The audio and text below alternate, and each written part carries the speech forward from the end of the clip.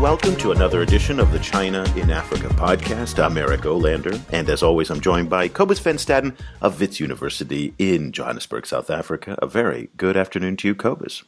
Good afternoon. Cobus, from the beginning of the Trump administration, there has been a desire for the president to broaden his agenda beyond what we've been talking about now from the beginning of the Trump administration: Russia, Syria, and even a little bit of China. Africa, for the most part, does not appear to have a seat at the table. Now, that doesn't mean, though, that Africa isn't important to the United States.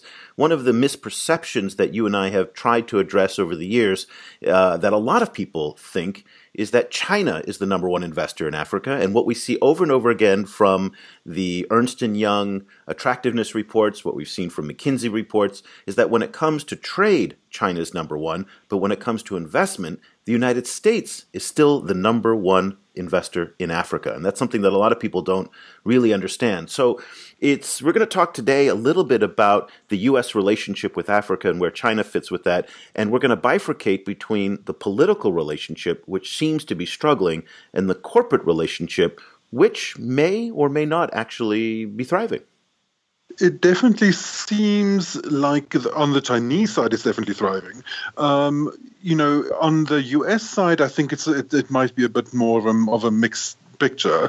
President Obama famously tried to get U.S. companies to be more interested in Africa, and by the end of his administration, not so many seem to have grown interested. And I think one of the issues is perceptions of Africa in the US. But increasingly, it's also turning into an issue of perceptions of the US in Africa. As the US's presence in Africa becomes increasingly militarized, and in comparison with China's complicated ever-growing presence in Africa, it becomes an interesting question to ask how the U.S. is viewed and what opportunities there are for U.S. businesses in Africa. You see, Cobus, I think you're making the mistake here. I think you're conflating the political relationship with the corporate relationship. So, in the one hand, you're right, the militarization of American foreign policy, but that may not actually be the case on the corporate side. And we're going to actually find out about that because we have a guest who I've wanted to have on the show for a very, very long time. And more recently, an article that she wrote for Newsweek back on June 25th, Business Advice for U.S. Companies in Africa, Do What You Do Best, is written by Aubrey Hruby, who's a senior fellow at the Africa Center of the Atlantic Council in Washington, D.C. And for those of you not familiar with it, that's one of the larger think tanks inside the Beltway. She's also an investment advisor on Africa and the author of the 2015 book, The Next Africa, An Emerging Continent Becomes a Global Powerhouse. A very good morning to you, Aubrey, from Washington, D.C. Thank you so much. It's such a pleasure to be on. Well, listen, you've just heard a little bit of the discussion that Cobus and I have had about the U.S. relationship with Africa. It's the situation in Washington right now is a little FUBAR. It's, from the outside looking in, I'm looking from Asia. Cobus is looking from Africa. The United States looks nothing short of a joke. That's pretty much the consensus. The politics are destructive. And it seems hard to believe that Africa has a seat at the table when it comes to the attention of the president, even the State Department, when it comes to foreign policy. So give us a view. You're in D.C. You interact with the political class there, I presume. You also do business advising American corporations.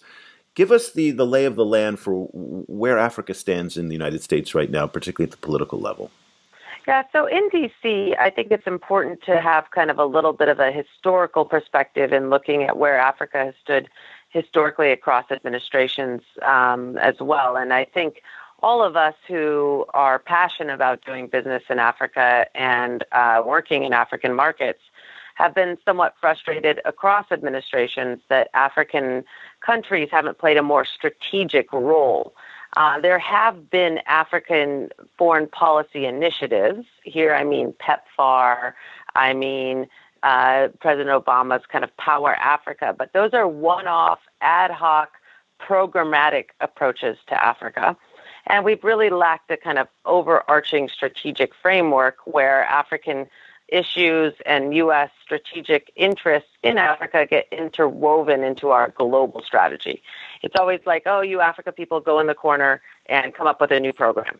And so I expect the Trump administration to be no different and to have some kind of Africa flagship program that they want to brand that's not exactly different than other administrations of just a one-off kind of Africa program. So I think overarchingly there's a problem in Washington of not seeing how to integrate African markets into our overall global strategy.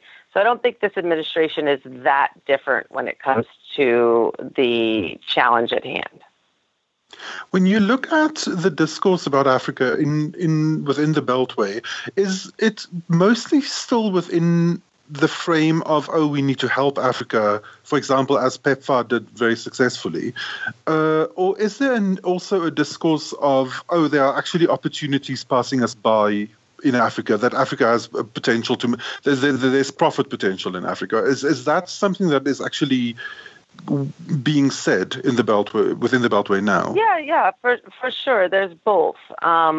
Because, there's not one group of constituents here that have a uniform in thinking, right? You have multiple groups that have different approaches. And listen, as someone who's worked very hard to ensure Africa is on the agenda in Washington, you just have to frame it differently to different groups.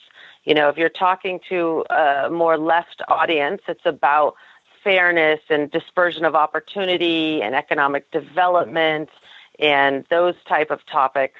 And if it's more to the right community, it can be something like, Africans are working to pull themselves up by their bootstraps, but we have to have policies to make the bootstraps in reach. It's about framing. And the thing about Africa is that it's a big tent. There's a lot of people who can come to the table. You can have Chevron sitting next to NGOs all talking about, what to do on African markets. You can have people far right, far left. But the issue is, and I'm going to use an expression coming from the west of the U.S., like the river's a mile wide, but an inch deep.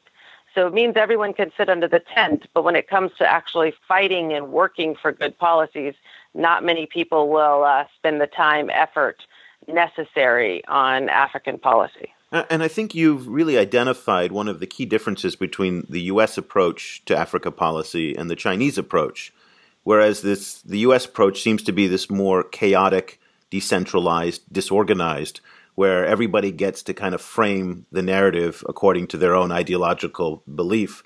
The Chinese government has a much more centralized, unified view of it.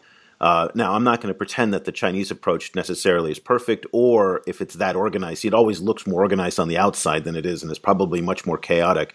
But at least from a branding point of view, the Chinese seem to have their stuff together, whereas the Americans have a much more kind of complex message when they're talking to Africa. And that's why it always surprised me when American secretaries of state, whether it was Hillary Clinton, John Kerry, or former Undersecretary of State Johnny Carson, would go to Africa and say that the United States is actually a better partner than the other guy. And they would kind of wink, wink, nod, nod, and kind of insinuate the Chinese. I'd like to get your kind of take on that, about the comparing the approaches between U.S. and China and Africa.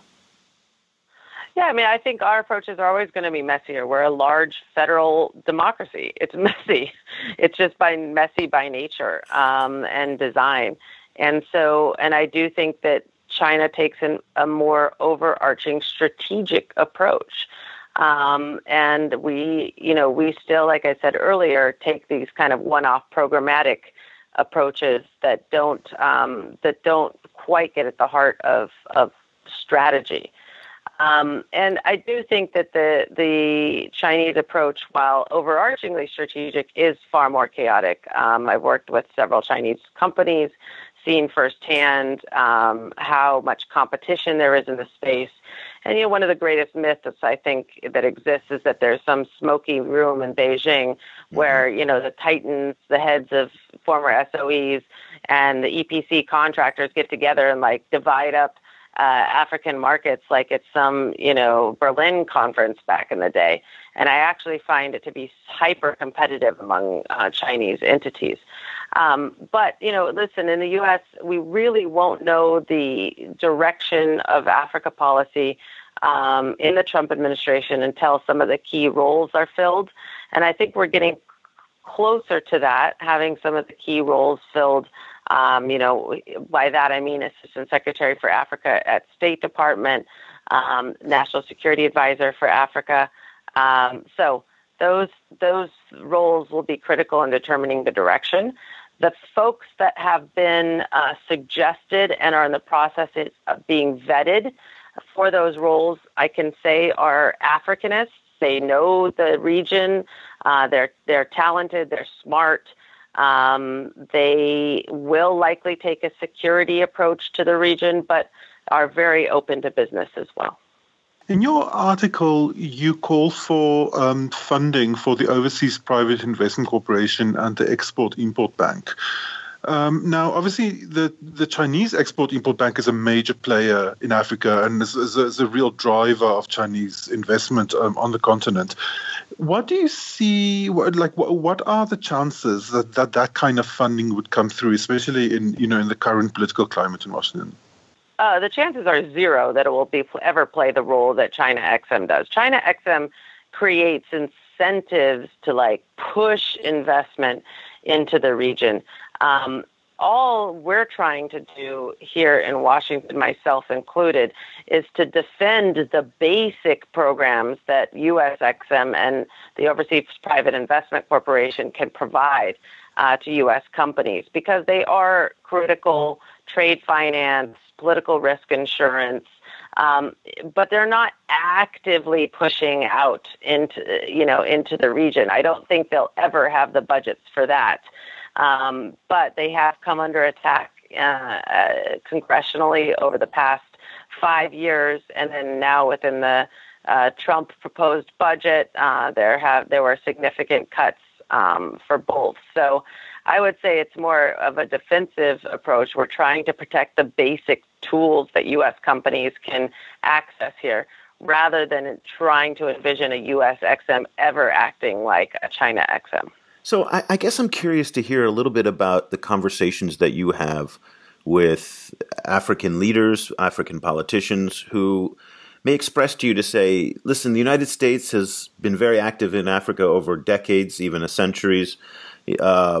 But, China's building the road right in front of us. China put the power plant.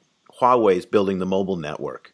What's the U.S. doing here? And it just seems to me that the United States is becoming less relevant in the daily lives of Africans beyond pop culture. Akon goes on tour throughout Africa. Okay, fine. People love Jay-Z and Beyonce. Great. That's a soft power issue. But in practical terms, that the United States is reframing the world in a security framework to deploy more military forces. That's how people see the United States, not in a constructive way, like the Chinese in the sense who are building roads. And I'm just wondering, are you hearing that from African policymakers and influence leaders?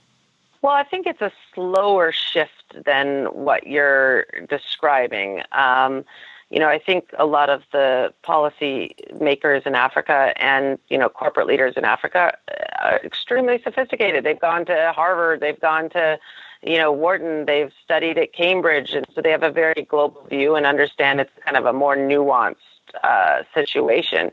I do worry that the slow trend of Chinese influence is changing that, because, for example, I've been very vocal on things that supported African scholarships for tertiary education in the U.S., because for a very long time, the African elite policymakers were educated in the United States, and now more and more younger people are being educated in China. And what I think that does is just create a common culture, a common thought process that is that kind of soft, it's a ligament to doing business. It really it makes doing business easier when you share these kind of reference points. So I worry about those larger term things.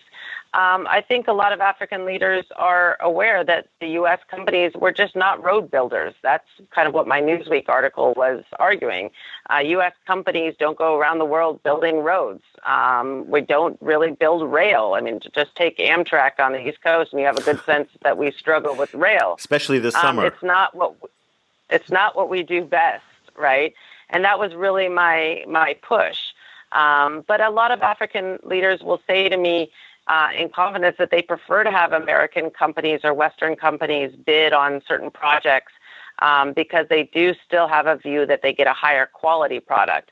And so often I feel that they accept the Chinese offer as kind of like, well, it's the second best. I mean, we didn't have another one and we need this thing, so let's go with it. Where do you think American companies' strengths lie? Like, which sectors should they focus on in Africa? Oh, I think it's something that's you can look at that question globally. You can look at how we do understand our own GDP breakdown. For me, it's things like financial services. Wall Street's still Wall Street, despite 2008 and the wreckage it put upon the world. But it's still Wall Street. Venture capital is still highly, highly concentrated in the U.S.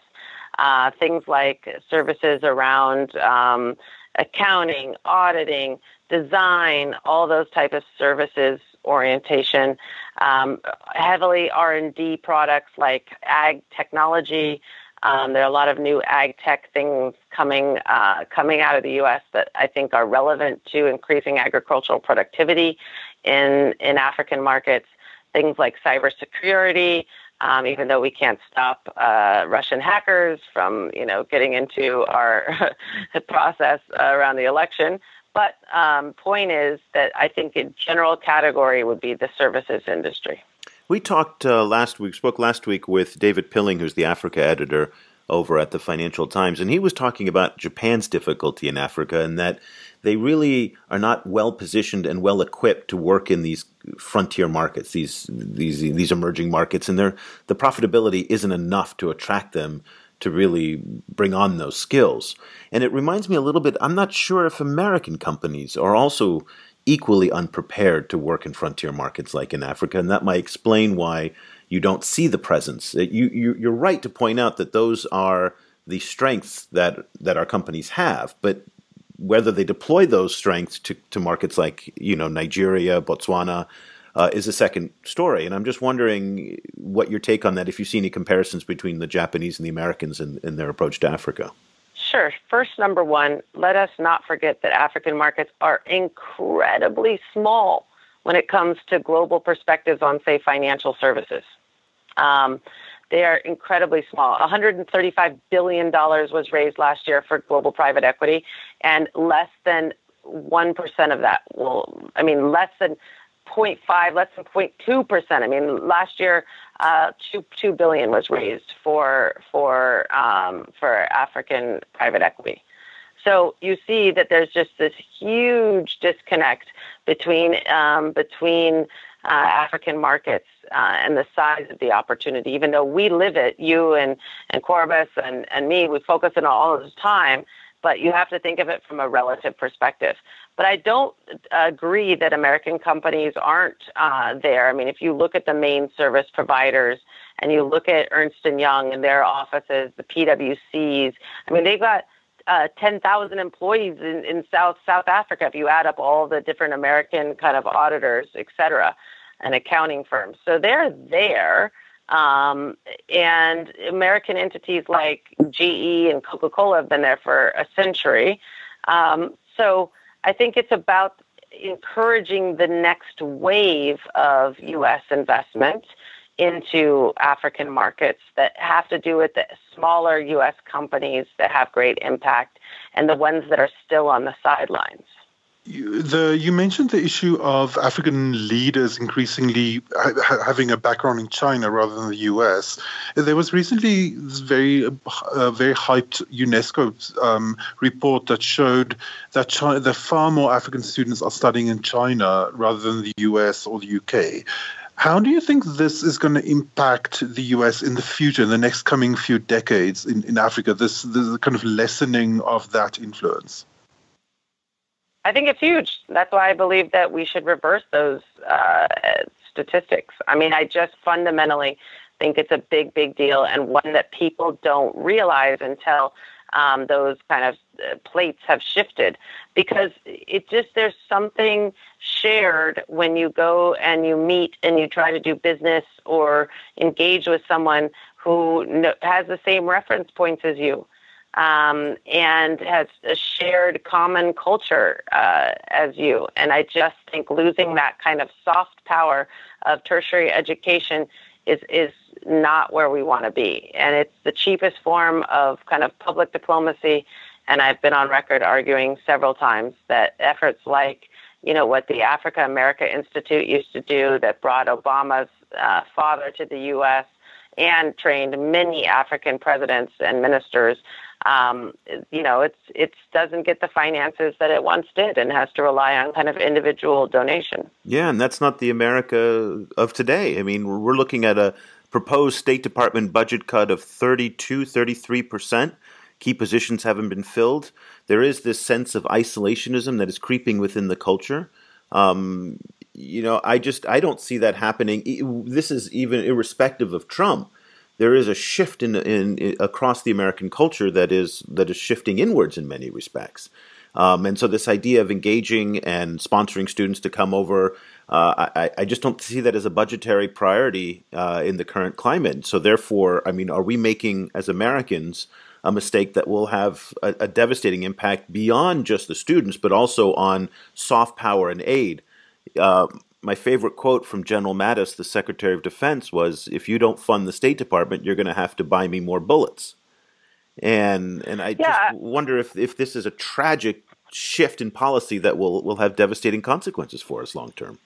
I think it's a negative shift for sure. I've never been a huge proponent of general aid budget. I'm much more private sector and targeted in how I'd like to see U.S. foreign assistance spent. But one of the areas I'd like to see it in is more scholarships. So I do think it's kind of a short-termism problem, and I don't think it's just isolated to the United States. I mean, look what's gone on in the UK. Yeah, Europe as well. Europe. Some European countries have narrowly, escaped kind of the more nationalist approaches, but they still have a huge constituency to deal with on that front. So I don't think this is anything particularly U.S. only. I also think in the process, one of the complicating issues is American pop culture itself. Generally soft power people tend to think of just popularity of pop culture leading directly to one-to-one directly to soft power increases. And in the case of America in Africa, I don't think it's necessarily the case, because US pop culture is itself so critical of certain kind of aspects of U.S. society. So a lot of my students, their favorite American artists are Beyonce and Kendrick Lamar, who are both highly critical of certain kind of aspects of American life. And in the process, the discourse of being African American is different from the discourse of being American itself. And when I recently asked a bunch of my students who of them would like to visit the US if I just handed them a ticket to go, and very few of them actually really wanted to. Very few were burning to go, because they all said, "Oh, they're going to have problems with the police. They're going to get searched." They see it as a racist country, and that isn't just because of kind of hostile depictions of the U.S. It's because of the way that the U.S.'s internal dialogue with itself is also its pop culture. Yeah, I mean, listen, I think that's the nature of being a messy and federalist democracy, with groups being able to speak freely, and these are major issues in the U.S. and tragic ones about kind of police brutality and race and all of that. And, it's for the world to see. And I think that those who can experience the place see a more nuanced experience. But yeah, I don't think there's a way forward or an answer on that front, except to say that that's a problem we struggle with. At least it's kind of out in the open, and we are dealing and struggling with that on the regular every day. Sure. Let's close out our discussion with looking forward a little bit. I read a little bit of some of your quotes expressing a little bit of concern about the health of the Chinese economy. And we've had a number of different guests on the show who have discussed the idea that maybe the Chinese are actually losing interest in Africa. Trade volumes are down this year. Investment is actually down as well. I mean, it's masked by the Forum on China-Africa Cooperation $60 billion commitment. So that kind of puts this halo over the China-Africa relationship. But on the corporate level, Chinese investors now have a lot more choice for where they put their money than they did 10 years ago when Africa was very popular. Then you talked about the rising debt levels in China in a recent Huffington Post. You were quoted there in a Huffington Post article. So I'm curious about what your forecast is for looking in the next 5 to 10 years out, if you go that far, for what the Chinese in Africa do, and then what you see for the U.S. Well, again, prediction is very difficult. Rapidly growing economies like that there are in African markets, especially in East Africa right now, they up and down, they change, they grow, the rapid growth is neither linear nor smooth. So very difficult to kind of extend out. But what I see is as China becomes more normalized as a kind of pillar of global power, they also become more global in their perspective and have to make portfolio trade-offs the same way that the U.S. does and other European players do, right? So when American companies are saying, are thinking less about investing in Africa, it's not because they're saying, oh, African markets are terrible. It's often because they're saying, oh, we're really behind in Vietnam. Let's focus on Vietnam for a period. And so having a global portfolio is something to always keep in mind when you're looking from a single stock. In our sense, what we live and what we work and focus on is the African economy and African markets in general. And that's our single stock, if you will, or 53 stocks, if you will. But the rest of the world can be making decisions on an entire global portfolio. So trade-offs are often made in a way that are kind of inexplicable and often are read into like, oh, that means African markets are terrible. No, it just means that there's other places that can present easier opportunities at different times. I expect the following. One, I expect Chinese companies to evolve, meaning less EPC dominance on the continent, meaning less construction contractors, and seeing more of actual true FDI, like we see from Huawei and ZTE and Techno, actually balance sheet investments, similar to what U.S. companies do, so you can compare apples to apples. And then on the American side, I see slowly more American SMEs getting interested in the region, and so having a more diverse set of American investors rather than the traditional big players of like Caterpillar, GE, Coca-Cola, Cargill, those type of players. We have a greater set that bring new technologies to the table. So I think it's a macro picture of greater diversification and more complexity. Aubrey Hruby is a senior fellow at the Africa Center of the Atlantic Council in Washington, D.C., and also an investment advisor and the author of the 2015 book, The Next Africa, An Emerging Continent Becomes a Global Powerhouse. It's on my wish list yet. I haven't read it yet, but it is on the wish list, so keep your eyes out for another sale very soon, Aubrey. We appreciate you so much for joining us, and I do follow you on Twitter. If people want to kind of follow what you're doing and your whereabouts, how can they find you on Twitter? Yes, they can find me at Aubrey Hruby, so it's AubreyHruby. And I'm tweeting regularly, so Awesome. Look forward to having some new engagement. Well, thank you so much for joining us. We really appreciate it. It's a pleasure, and I'm happy to have this conversation and to continue it another time. So, Cobus, there we got a very positive view. I mean, in some ways, I think Aubrey reminds us that the United States is still a relevant country. I mean, because we're so distracted by the headlines, so distracted by the drama. And yet, here are people in Washington, D.C. carrying the water to tell the Africa story to American companies, American policymakers. Frankly, I don't envy her because I think she's got a very difficult job. But I think in one sense, it is refreshing to hear that the United States remains relevant in some cases, and there are people fighting for its relevancy.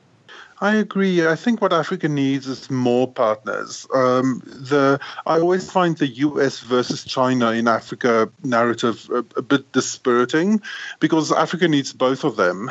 Africa needs to be seen and respected as a mature player and a mature potential market. Once that happens, then there'll be players from investors and in traders and so on from all over the world, of which the US will obviously be one.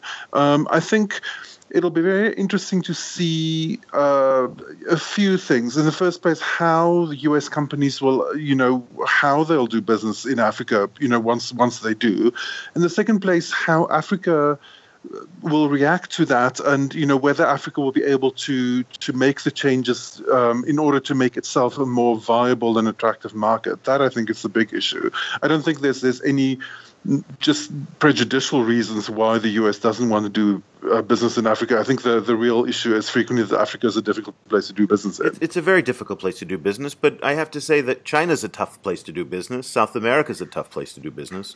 To me, that's like, there's no crying in baseball. These are hard markets to penetrate, and you got to get in there, and then there's just no other way around it. But I want to bring you back to a discussion that we had a few months ago with the Kenya-based development economist Ansatsi Ware, who said that the one good point that may come out of the Trump administration is that the Trump administration will stop lecturing Africans about human rights, about democracy, about LGBT issues, about all of these different things. And that seems to be true, that honestly, the Trump administration lecturing dictatorships is not their thing. In fact, they seem to hug dictatorships in many ways closer than they hug democracies. And I wonder if that will have a profound impact on the relationship, that if it does move to a more transactional type of relationship, if in fact, the Trump administration is helping American corporations by deregulating, that will actually foster investment in Africa and remove the strings that have kind of pulled a U.S. foreign policy on this moralism and aid, and we're here to rescue Africa and don't discriminate against gays and lesbians, and all of those different types of narratives have complicated the relationship in so many ways. What's your take on that? I think it will only happen if it is backed up by actual changes that would make it easier for African businesses to do business with the US. Because the reason Africa is so cynical, I think, about the human rights discourse that comes out of the US is that it is frequently seen as a cover for very, very biased or unequal trade relationships. So, for example, one of the great things that Africa has to sell to the world is something like cotton. There's large cotton producers in Africa, and obviously the US and Europe and Japan, they have very strong domestic protections for domestic agriculture. So underneath this discourse of fairness and human rights and support NGOs and so on, there's also a refusal and a kind of a structural refusal to do certain kinds of trade that would really, really help Africa. So I think if the transactional nature actually allows for actual transactions and not just kind of corrupt elite kind of deal making, then I think it would bring a real change. But I think that's a big ask because in the first place, a lot of these lobbies are super powerful. There within is the US. No way on God's green earth that African cotton will be coming into the U.S. market. I mean, exactly. That is just, hell will freeze over before it will never happens. happen. It will never happen. The U.S. cotton lobby and the U.S. cotton industry is just way too powerful. And that's always been the case for dating back 2 centuries. I mean, America was known as King Cotton. And so that won't happen. What I do think is interesting, though, and I think something to keep in mind just for our closing thought here, is that of all the global trade agreements that Trump has identified as being the worst in the world, whether that's TPP in Asia, whether that's the free trade agreement with South Korea and with Europe, he's talked about scrapping the proposed free trade agreement there, and all of these different agreements, NAFTA, including NAFTA as well. AGOA, the African Growth and Opportunity Act, has not been mentioned. And in some ways, that is a huge blessing for the continent.